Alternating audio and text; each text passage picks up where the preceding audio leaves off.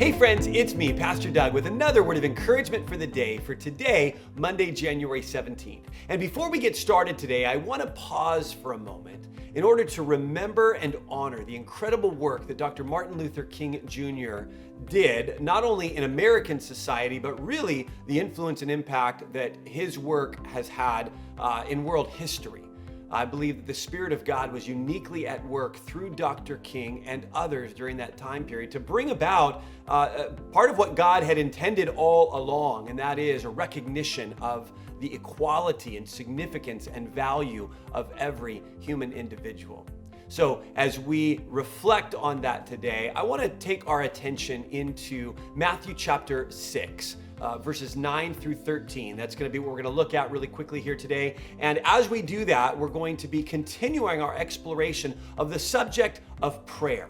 And we're going to read a really famous passage. It's where Jesus teaches his disciples to pray. We actually looked at it this weekend with Pastor Parker, but I want to read it again, and I want to call your attention to one particular phrase that Jesus uses. So let me read you Jesus's response to his disciples' request to teach them how to pray.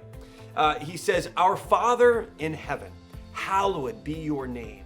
Your kingdom come, your will be done on earth as it is in heaven.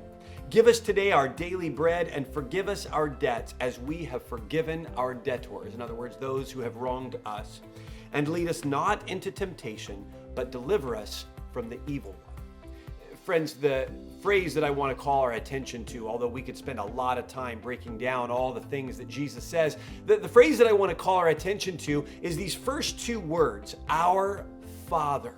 Notice that Jesus doesn't begin his prayer with our vending machine, right? Or our Santa Claus, or our Amazon Prime, right?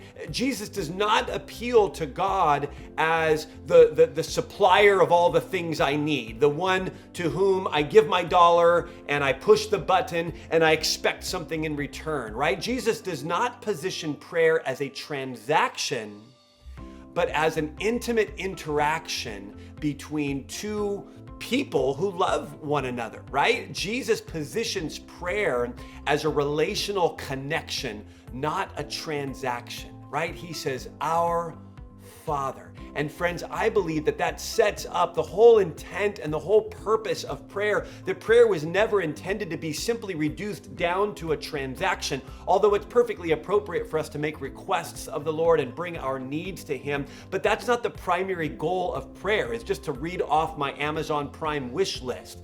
The goal of prayer was and is and always has been a relational opportunity for you and I to connect relationally with the God of the universe, to relate to him as a family member, as a loving family member, as a loving father who loves us and wants to be in intimate relationship with us. Friends, that should reframe how we pray, why we pray, when we pray, how often we pray, what we say when we pray. Let's remember this week that prayer was always intended to be a relational connection with God, not simply a transaction.